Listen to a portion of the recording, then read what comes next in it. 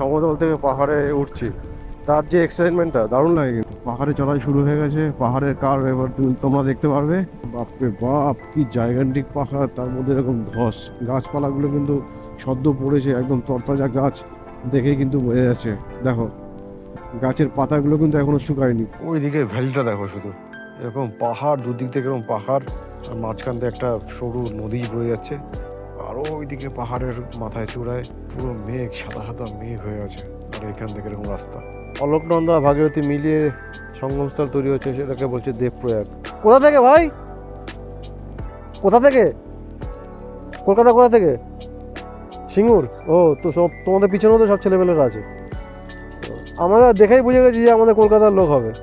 দেখো এখান থেকে নিচ দিকে সাদা, দুধ সাদার মতো একটা জলের স্রোত বয়ে আছে, একটা নদী, খুব একটা যে বড় তা নয়। আর এদিকে দেখো গোপেশ্বরকে আমি ফেলে রেখে এসেছি।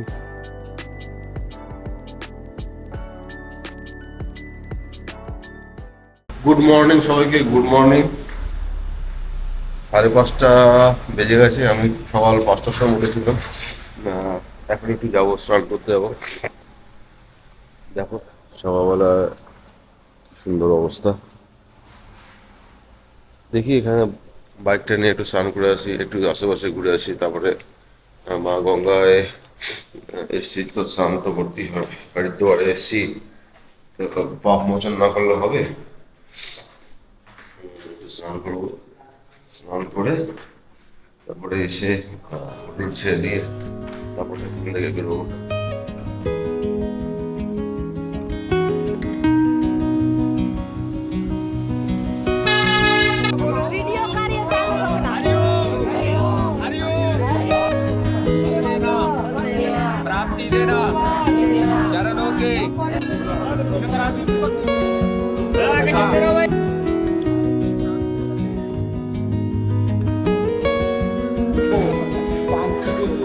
बाल बच्चों की लंबी आयु के लिए गंगा जी का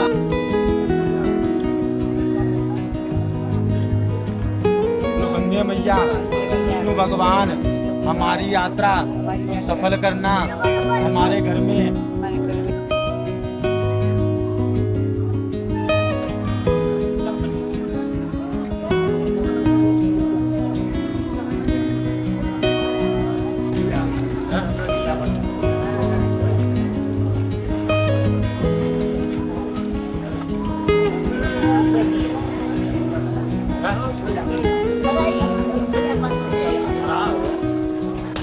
দশ 15 মিনিটের মধ্যে হয়ে গেল স্নান করা।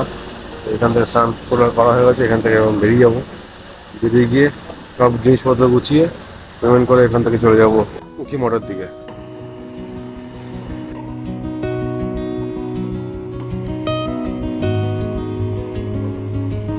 স্নান করে আসলাম, স্নান করে জাস্ট কিছুটা দূরে এসে একটু চা খাবো। সুন্দর এটা কাপে চা, কাপটা কিন্তু বেশ সুন্দর দেখতে, বেশ সুন্দর। আমাদের এখানের থেকে একটু ডিফারেন্স কাপ, ডিফারেন্ট টাইপের।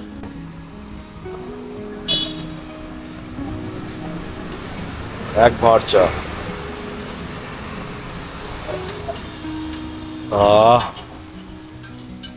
আদা দেওয়া, আর এর মধ্যে দেওয়া আছে এলাচ দেওয়া আছে, দারুণ।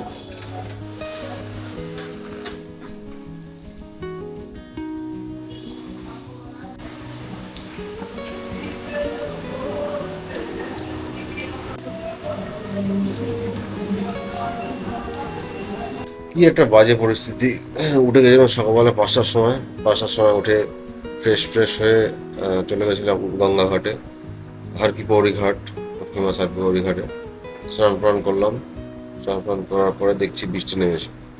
এখন বেজে গেছে 9:19 বেজে গেছে, কিন্তু এখনো এখান থেকে বেরোতে পারিনি। বৃষ্টি হচ্ছে, ঝমঝমিয়ে বৃষ্টি হচ্ছে, ঝমঝমিয়ে না হোক, মাঝে মাঝে বৃষ্টি হচ্ছে, আবার মাঝে মাঝে থেমে যাচ্ছে। এই দেখো মেঘের, আকাশের কন্ডিশন এরকম, মেঘ কিন্তু করে আছে। তো মোবাইলটাও চার্জ হচ্ছে না, মোবাইলটাও ডেড হয়ে পড়ে আছে। বাইকটাও হেডলাইটটা খুলে সামনের দিকে বেরিয়ে এসছে, আর সামনের দুটো ইন্ডিকেটার একদম খুলে গেছে। ভাবছি ওটাই আগে সারিয়ে নিয়ে আসি, তারপরে আসার সময় মোবাইলটা সারিয়ে নিয়ে আসবো। 10টা বাজতে গেল, এখনো কেউ আসেনি। 10টা বাজতে 5 মিনিট বাকি, এখনো পুরো ফাঁকা। আর বাইরে কিন্তু বৃষ্টি হচ্ছে দুদিন। না, হলো না। এখানে অনেক চেষ্টা করার পর ক্লেম করতে গেলে তো আমার 2-3 দিন লাগবে। তো 2-3 দিন যাওয়ার মতো সময় নেই। সকাল 8টা 10 বেজে গেছে, আর আমি হোটেল ছেড়ে দিতে চলেছি। এই যে হোটেলটা ছিল, হোটেলটা 1000 টাকা করে 2 নাইট ছিলাম আমি। তো ঠিকঠাকই আছে। এখান থেকে রাঁচি যাবো। রাঁচি ভিলেজের ডিস্টেন্স হচ্ছে 202 কিলোমিটার। সময় লাগবে 6.5 ঘন্টার মতো। আর আকাশে কিন্তু মেঘ কিন্তু আছে, ছোপ ছোপ মেঘ কিন্তু আছে। এই যে গঙ্গা ঘাট, আরও ওই যে সামনে ওটা দেখতে পাচ্ছ, ওটা হচ্ছে হরকি পৌড়ি। আর আমার দূর থেকে দেখা যাচ্ছে পাহাড়ের রেঞ্জ।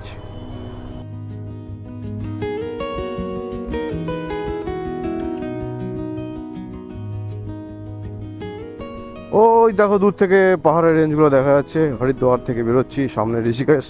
ঋষিকেশ 22 কিলোমিটার, আর রাঁচি ভিলেজ এখান থেকে 222 কিলোমিটার। তো রাস্তা জানি না কেমনের কন্ডিশন। আর সূর্য কিন্তু আস্তে আস্তে, সূর্য দেবতা কিন্তু আমার ডান দিক থেকে ওঠা শুরু করে দিয়েছে। তার মানে এইটা হচ্ছে পূর্ব দিক, আর আমার ঠিক বাঁ দিকে হচ্ছে পশ্চিম দিক। Dehradun 51 kilometre, Badrinath 318 kilometre, Rishikesh 23 kilometre. আজকে আমার রাঁচি ভিলেজে থাকার ইচ্ছা আছে। রাঁচি ভিলেজ এখান থেকে সময় লাগবে 6.5 ঘন্টা 7 ঘন্টা সময় লাগবে। পাহাড়ের অবস্থা কী আছে জানি না। যদি রাঁচি ভিলেজ পর্যন্ত যেতে পারি তো রাঁচি ভিলেজে থাকবো। কালকে কিন্তু আমাকে চড়াই করতে হবে। আর দূর থেকে কিন্তু আমি পাহাড়ের উপরে সাদা সাদা মেঘ দেখতে পাচ্ছি। তার মানে বৃষ্টি হওয়ার সম্ভাবনা আছে।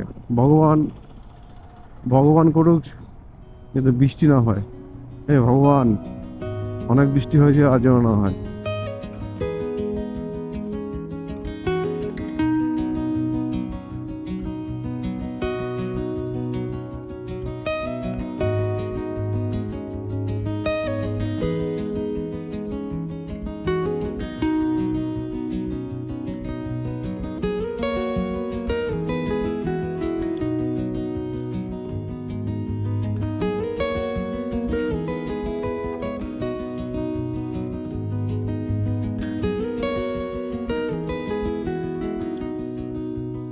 দেখো পাহাড়েও চড়াই শুরু হয়ে গেছে।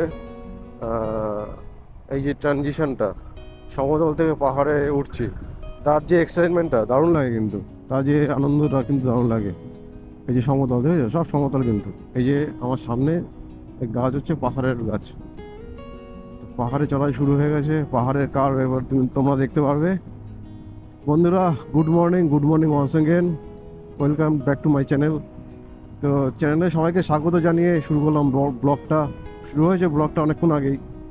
আকাশে পেঁজা পেঁজা মেঘ আছে, মাঝে মাঝে সূর্যদেব দেখা দিচ্ছে, মাঝে মাঝে দেখা দিচ্ছে না, ঢুকে যাচ্ছে মেঘের তলায়। আর আমি কিন্তু আমার চোখ থেকে দেখতে পাচ্ছি যে মেঘ কিন্তু পাহাড়ের উপরে ঘোরাঘুরি করছে। যেহেতু বর্ষাকাল, এবার কিন্তু বর্ষাটা প্রচুর লেন্দি হলো, আর প্রচুর পরিমাণে বৃষ্টি হলো। যে পরিমাণে বৃষ্টি হলো সাধারণ কিন্তু বর্ষায় এত বৃষ্টি হয় না। আর এখানেও দেখো এলিফ্যান্ট, বাঘ, হাতি আর হরিণের করিডোর। কিন্তু এটা কিন্তু কোনো হয়তো ন্যাশনাল ফরেস্ট, অভয়ারণ্য এর মধ্যে দিয়ে, অভয়ারণ্যের পাড় থেকে কিন্তু ক্রস করছি।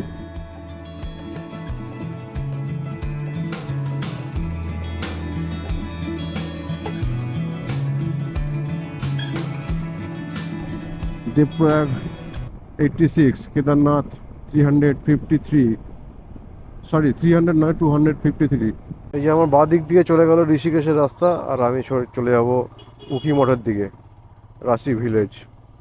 ঋষিকেশকে বাইপাস করে দিলাম। ঋষিকেশ আমার ঠিক বাঁ দিকে, আর এদিকে হচ্ছে উকি মঠ, রাঁচি ভিলেজ।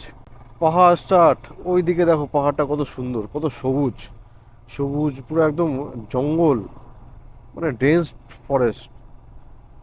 এত ঘন জঙ্গল পাহাড়ের উপরে, আর বর্ষাটাও তো সেরকম হচ্ছে। আর ছোট ছোট টুকরো পাথর কিন্তু পড়ে আছে, আমি দেখতে পাচ্ছি রাস্তার উপরে।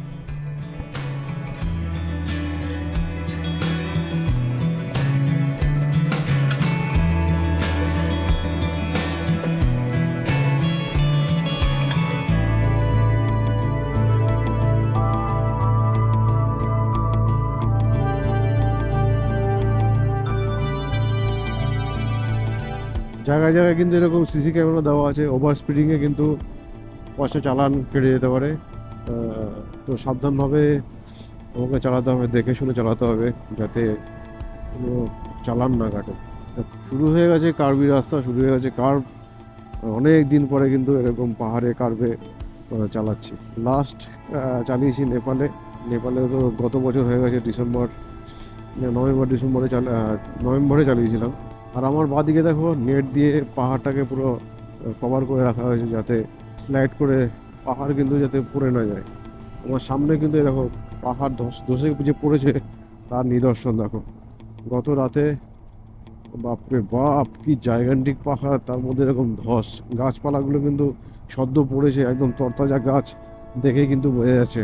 দেখো গাছের পাতাগুলো কিন্তু এখনো শুকায়নি, একদম পুরো তরতাজা গাছ।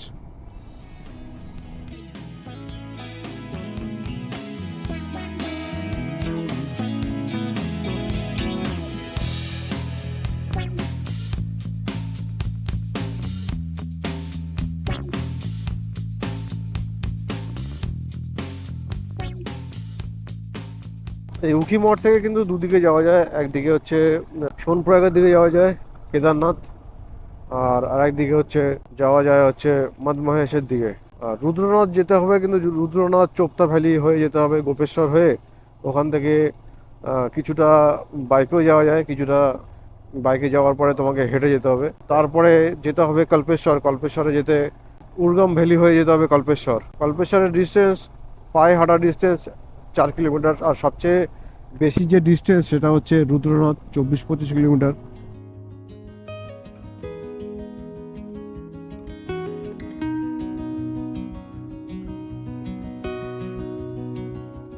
আর আমার ডান দিকে কিন্তু রিভার রাফটিং হয়। রিভার রাফটিংয়ের সাইন দেখতে পাচ্ছি। রিভার রাফটিং করার কোনো ইচ্ছা বা ইন্টেন্স এখন আপাতত নেই। আপাতত আমার লক্ষ্য হচ্ছে উখিমঠ পৌঁছানো। উখিমঠের ডিস্টেন্স এখান থেকে আর 195 কিলোমিটার। 195 কিলোমিটার সময় লাগবে 5.5 ঘন্টা 6 ঘন্টা এরকম কিছু একটা হবে। ঠিকঠাক যদি রাস্তা থাকে তার আগেও পৌঁছে যেতে পারি। বিশাল বড় ধস, বিশাল বড় ধস, দেখতে পাচ্ছ? পুরো হাফ রাস্তাটা কভার করে ফেলেছে, এত বড় ধস। পুরো হাফ পাহাড়টা পুরো নেমে রাস্তায় চলে এসছে। বাপ রে বাপ, তার মানে ভয়াবহতাটা বুঝতে পেরেছো? পাহাড়ের জীবন কিন্তু খুব সহজ নয়। আমরা পাহাড়কে ভালোবাসি ঠিকই আছে, কিন্তু পাহাড়ের জনজীবন কিন্তু খুব টাফ, খুব দুঃখের। যে কোনো সময় যে কোনো পরিস্থিতি ঘটে যেতে পারে। আমার সামনে দেখো একটা কত সুন্দর ঝর্ণা। ঝর্ণার জল কিন্তু গায়ে পড়লো, আর কি ঠান্ডা, বিশাল ঠান্ডা জল। পাহাড়ের সবসময় জল কিন্তু ঠান্ডাই হয়ে থাকে, পাহাড়ের জল কিন্তু গরম পাবে না।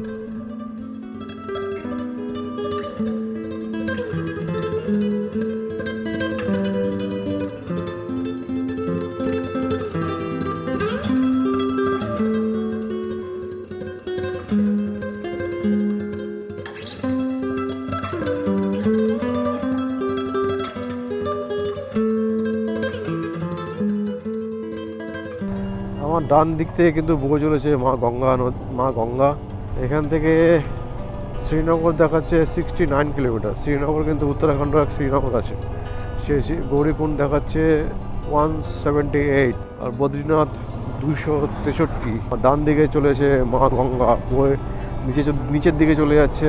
মা গঙ্গার কিন্তু রূপটা দেখে খুব একটা যে ভালো লাগছে তা নয়। মা গঙ্গার একদম পুরো কর্দমাক্ত, পুরো কাদা কাদা নদীর জল, সেটা বয়ে চলেছে, উপর থেকে নিচে নেমে আসছে।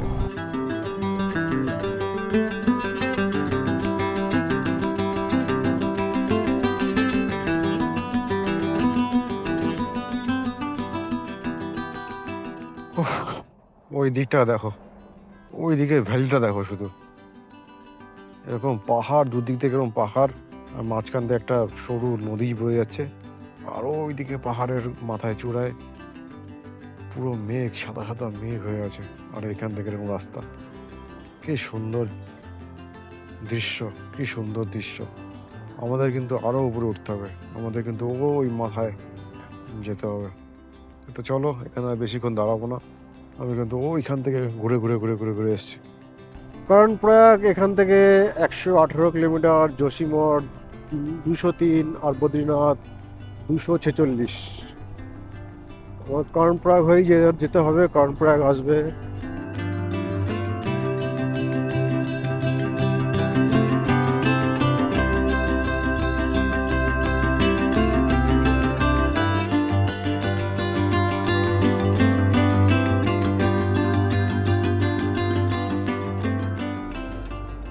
এই প্রথম ট্রিপের প্রথম দাঁড়াতে হলো, তাও রাস্তার কাজের জন্য। এতক্ষণ কিন্তু দাঁড়াতে হয়নি। যাই হোক, বেশিক্ষণ হয়তো দাঁড়াতে হবে না, কাজ শেষ হয়ে গেছে। চলো, বেশিক্ষণ দাঁড়াতে হয়নি, 2-5 মিনিট দাঁড়িয়েছি, 2 মিনিটই দাঁড়িয়েছি। তার মধ্যে কিন্তু ছেড়ে দিয়েছে। ডান দিকটা দেখো, ডান দিকটা কত সুন্দর লাগছে।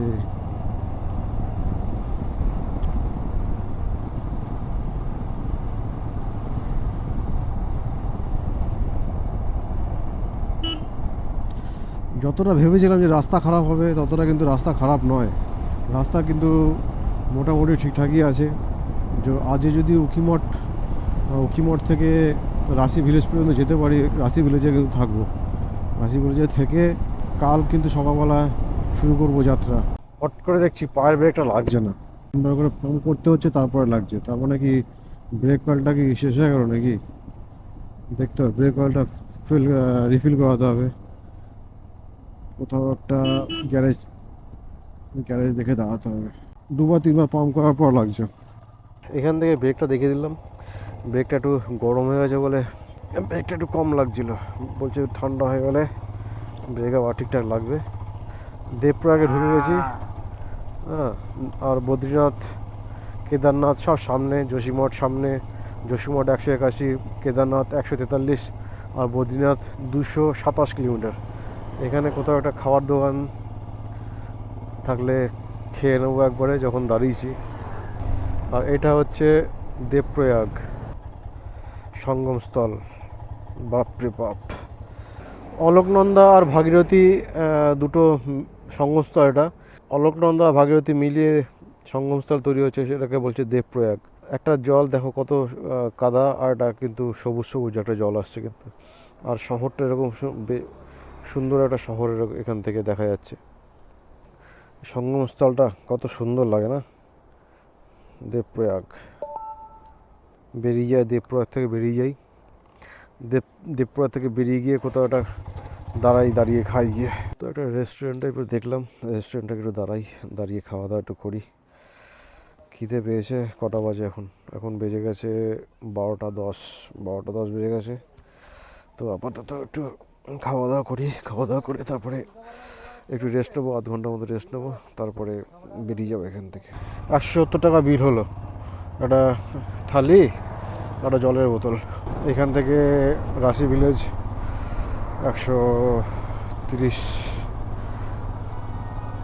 130 কিলোমিটার মতন। সময় লাগবে 4:40, 4:54।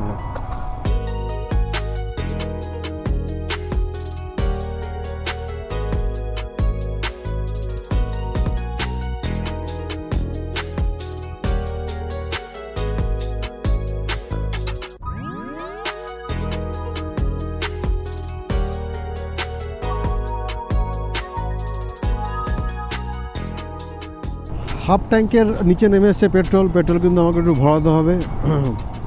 কোথাও ভারত পেট্রোলিয়ামে পেট্রোল পাম্প দেখলে ওখানে দাঁড়াবো, ওখানে দাঁড়িয়ে একটু পেট্রোল ভরে নেবো। এখন কিন্তু পায়ের ব্রেকটা বেশ লাগছে। এক্সপিরিয়েন্স কথা বলে, কারণ ওই লোকটা যে গ্যারেজের ছেলেটা বললো পায়ের ব্রেকটা বেশি ইউজ করছো বলে গরম হয়ে গিয়ে এরকম অবস্থা হয়েছে। তো পায়ের ব্রেকটা একটু কম ইউজ করো, তারপর দেখবে সব ঠিক হয়ে যাবে। তো পায়ের ব্রেকটা কম ইউজ করার পরে একটুখানি দাঁড়ানোর পরে পিছনের ডিস্কটা ঠান্ডা হয়েছে, তারপরে দেখছি ঠিকঠাকই আছে, এখন কোনো অসুবিধা নেই। আর এই পাহাড়ে কিন্তু ইঞ্জিন ব্রেকটা সবাই বলে ইঞ্জিন ব্রেক কিন্তু ইউজ করা উচিত। তো আমারও তাই মত। অনেক পাহাড়ে রাইডিংয়ে কিন্তু আমি ইঞ্জিন ব্রেকের সাহায্যে কিন্তু আমি রাইড করে বেরিয়ে এসেছি। তো যাদের এরকম ব্রেক ফেল হবে তারা কিন্তু ইঞ্জিন ব্রেকের উপরে কাজ করতে পারো।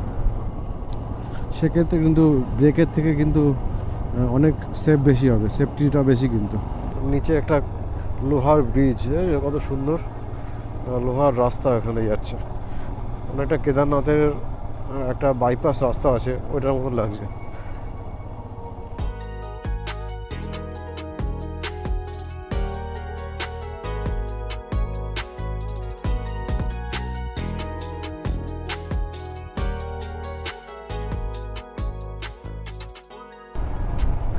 দেখো অলকনন্দার ইয়েটা দেখো, মানে পুরো ফুল ফ্লেজে অলকনন্দা বইছে, পুরো কতটা জল উপরে এসছে দেখেছো। চারিদিকে যে ভয়াল দৃশ্য এটা দেখেই বোঝা যাচ্ছে। আর দূরে পাহাড়ের গায়ে কিন্তু সাদা সাদা মেঘ দেখা যাচ্ছে। এখনো পর্যন্ত আমাকে 107 কিলোমিটারের মতো রাইড করতে হবে। সময় বেজে যাবে 5টা লেগে যাবে, এখন 1:43 হয়ে গেছে। শ্রীনগরে পৌঁছে গেছি। শ্রীনগর, এটা শ্রীনগর শহর বা টাউন যেটাই বলো না কেন, শ্রীনগর। শ্রীনগর কিন্তু সেই শ্রীনগর না, জম্মু কাশ্মীরের শ্রীনগর না, এটা উত্তরাখণ্ডের শ্রীনগর। 884 টাকা তেল ফুল হয়ে গেল মোটামুটি। এখানে 94 টাকা করে লিটার, মানে আমাদের থেকে 11 টাকা কম, মানে আমাদের ওয়েস্ট বেঙ্গলের থেকে 11 টাকা কম। ভাবা যায় 11 টাকা লিটারের প্রতি কম। 11 টাকায় মোটামুটি আমাদের ওখানে 100 ml তেল হয়ে যাবে, আর 100 ml চলে যাবে 3-4 কিলোমিটার।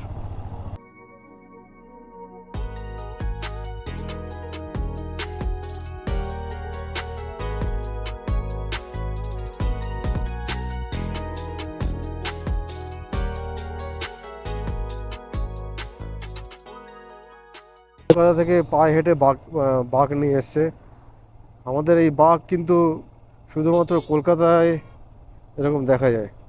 তো আমি দেখে বুঝতে পেরেছি যে এই কলকাতারই ছেলেপেলে, কারণ আমাদের ভূতনাথে কিন্তু। ভাই ভাই কোথা থেকে ভাই, কোথা থেকে? কলকাতা কোথা থেকে? সিঙ্গুর। ও তো সব তোমাদের পিছনেও তো সব ছেলেপেলেরা আছে। আমাদের দেখেই বুঝে গেছি যে আমাদের কলকাতার লোক হবে, তাই না? সাবধানে যেও, ঠিক আছে? খাওয়া দাওয়া করেছো? আসি।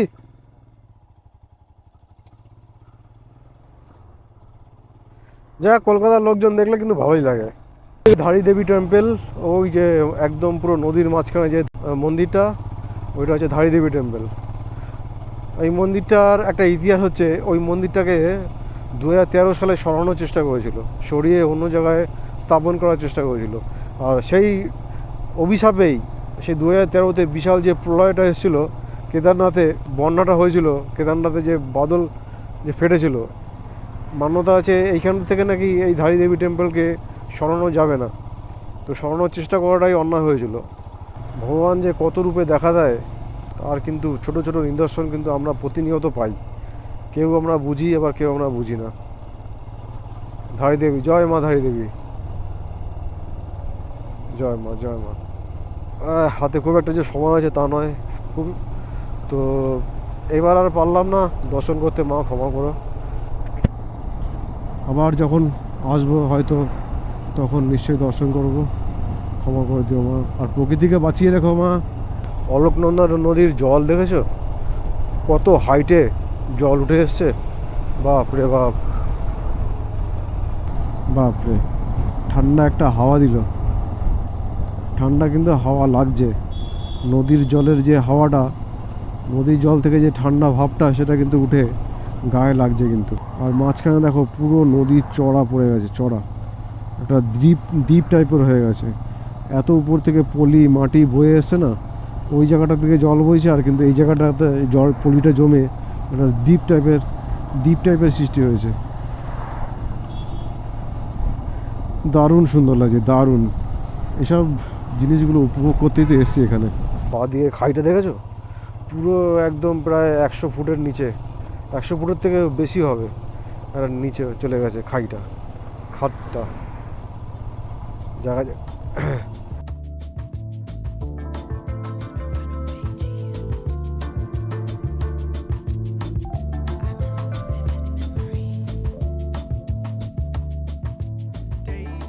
রুদ্রপ্রয়াগের এখান থেকে বন্ধ করে দিয়েছে, উখিমঠ পর্যন্ত যেতে দিচ্ছে না। মনটা একটু খারাপ হয়ে গেল। মদমহেশ্বর হয়ে এখান থেকে বেরিয়ে গোপেশ্বর হয়ে তারপরে চলে যেতে পারতাম আগে, ওই জন্য মদমহেশ করে গোপেশ্বর করে তারপরে কল্পেশ্বর করার ইচ্ছে ছিল। পুরো এক থেকে ঢুকতে দিল না। এখন গোপেশ্বরে চলে যাচ্ছি। 5 তারিখের পরে নাকি খুলবে। তো আজকে তো ক তারিখ হলো? আজকে 3 তারিখ। 3 তারিখ, যদি ওদিকে রুদ্রনাথ খোলা থাকে, রুদ্রনাথ করে উর্গম ভ্যালি হয়ে কল্পেশ্বর করে তারপরে এখানে আসার চেষ্টা করব।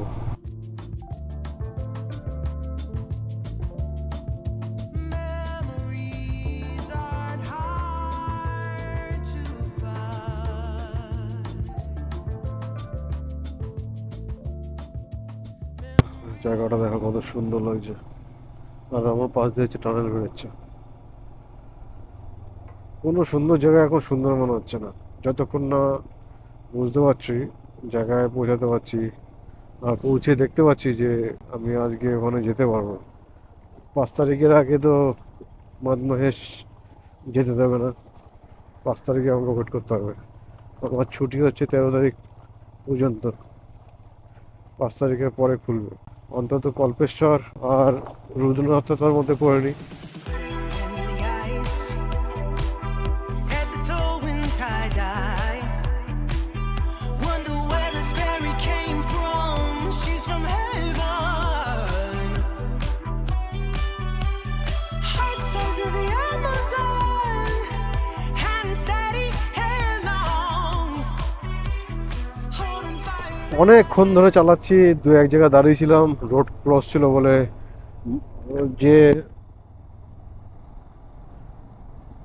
মাটিগুলো সরাচ্ছিল বলে 2-1 জায়গায় দাঁড়াতে হয়েছিল।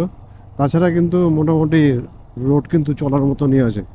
রোড যে একদম যে খারাপ অবস্থা তা নয় কিন্তু। এরপরে গোপেশ্বর যাব, গোপেশ্বরে এখান থেকে ডিস্টেন্স আর 40 কিলোমিটার। সময় দেখাচ্ছে, সময় লাগবে হচ্ছে 1 ঘন্টা 20 মিনিটের মতন। 1 ঘন্টা 20 মিনিট সময় লাগবে 40 কিলোমিটার যেতে। আর সময় প্রায় 3:30 5:30টার মতন লেগে যাবে যেতে যেতে। এখন সময় হয়ে গেছে 4:17। দেখো পাহাড়ের পুরো গায়ে কত সুন্দর রং বেরঙের বাড়িগুলো, হ্যাঁ, দাঁড়িয়ে আছে বুক চিতিয়ে। কত সুন্দর লাগছে, মনে হচ্ছে কেউ পাহাড়ের গায়ে কেউ পেন্ট করে রেখেছে না, মনে হচ্ছে পাহাড়ের গায়ে কেউ ছবি এঁকে রেখেছে। আর এরকম একটা নদী বয়ে যাচ্ছে, হ্যাঁ, আর তার উপরে এরকম একটা সুন্দর একটা ব্রিজ।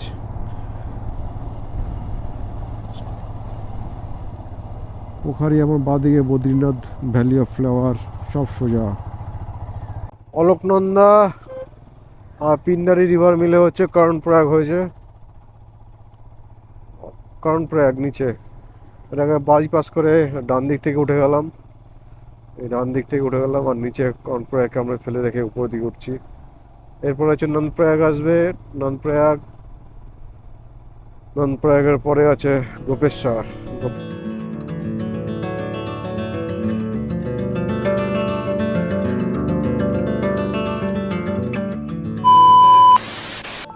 পাশ থেকে নদী বয়ে যাচ্ছে আর এরকম ক্ষেত, একদম বিস্তর একটা মাঠ, আর এরকম বড় গাছ। এটা কি গাছ? আমাদের মনে হয় এটা অশ্বত্থ গাছ।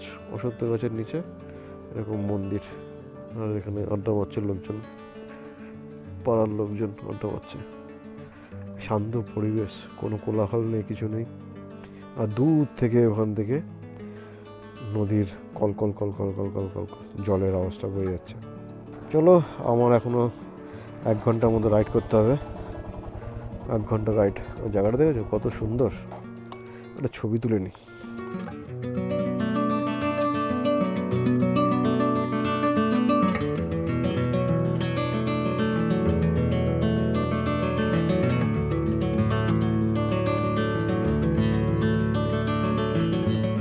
রাস্তাটা কিন্তু একদম বদ্রীনাথ পর্যন্ত গেছে। আরে বাপ রে বাপ, কত বড় একটা ঝর্ণা, দেখো কত সুন্দর ঝর্ণা।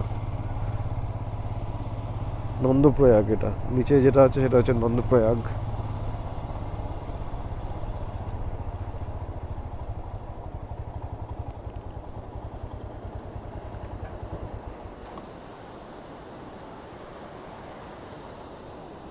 এখানে হচ্ছে হয়তো সন্ধ্যা আরতি হয়।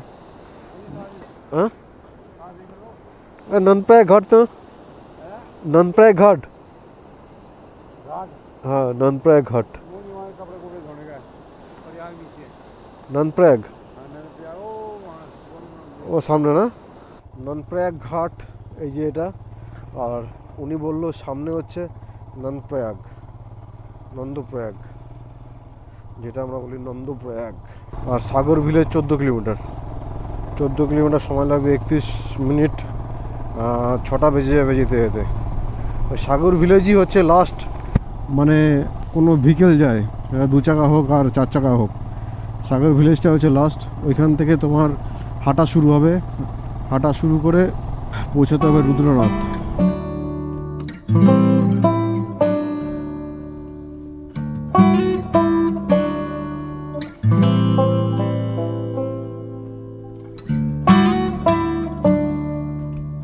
আমার ডান দিকে দেখো কত বড় বড় ঝর্ণা উপর থেকে জল পড়ছে এবার কিন্তু আমি NH7টাকে ছেড়ে দিয়ে নিয়ে নিয়েছি NH 107 রুদ্রনাথে কিন্তু 2 দিন আমার সময় লাগবে রুদ্রনাথ ট্রেকটা কিন্তু সবচেয়ে বড় এই 3টে কেদারের মধ্যে 24-25 kilometre not a matter of joke একদিনে তো সম্ভবই না 2 দিনে করতে হবে আর কতটা টাফ হবে সেটা না উঠলে বোঝা যাবে না কেদারনাথও করেছি অমরনাথও করেছি অমরনাথ তো টাফেস্ট লিখেছি সবার থেকে বেশি টাফেস্ট একটা গ্রাম্য পরিবেশ খুব সুন্দর নিরিবিলি নির্জন এখন কিন্তু সব জায়গায় কিন্তু ছোঁয়া লেগে গেছে গ্লোবালাইজেশনের গোপেশ্বরে পৌঁছে গেছি গোপেশ্বরে পৌঁছে এবার সাগর ভিলেজের দিকে আগাচ্ছি সাগর গ্রাম বেশ বড় আছে টাউনটা তো এখানে সব কিছুই বাজার ফাজার থেকে শুরু করে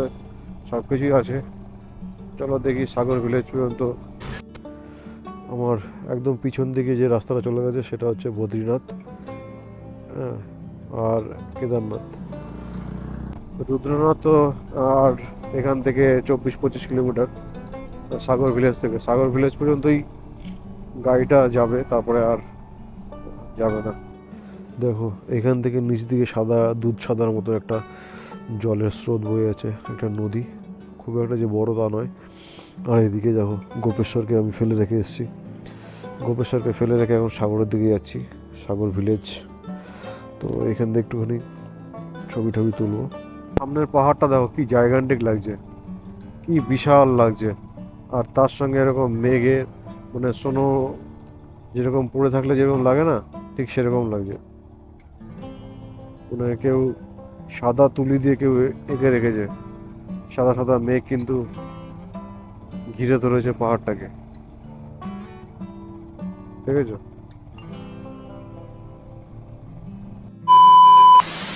দেখো জায়গাটা দেখো এটা হচ্ছে সাগর ভিলেজ আর এটা হচ্ছে নীরজ নেগির হোমস্টে একটা রুম নিয়ে নিলাম রুমটা কিন্তু বেশ স্পেসিয়াস আছে তারপরে 3-4 জন কিন্তু থাকা যাবে বড় রুম তার সঙ্গে গিজার গরম জল সবই ব্যবস্থা আছে বলছে তো খাওয়ার ইনক্লুডেড আমার কাছ দিয়ে 700 টাকা নেবে 700 টাকা নিচ্ছে ঠিকঠাকই আছে আমার 2 দিনের ব্যাপার 2 দিন থাকতে पारले হবে नीरज सर आपका फोन नंबर बोलिए 9897610192 और ये सागर विलेज है ना सागर विलेज है कार्तिक होमस्टे কার্তিক হোমস্টে ঠিক আছে কার্তিক হোমস্টে যারা আসতে চাও বা এখান থেকে রুদ্রনাথ করতে চাও তারা কিন্তু অবশ্যই ওর ইয়েটা ভিজিট করো ডিনারটাও ফ্রি দিচ্ছে 700 টাকার মধ্যে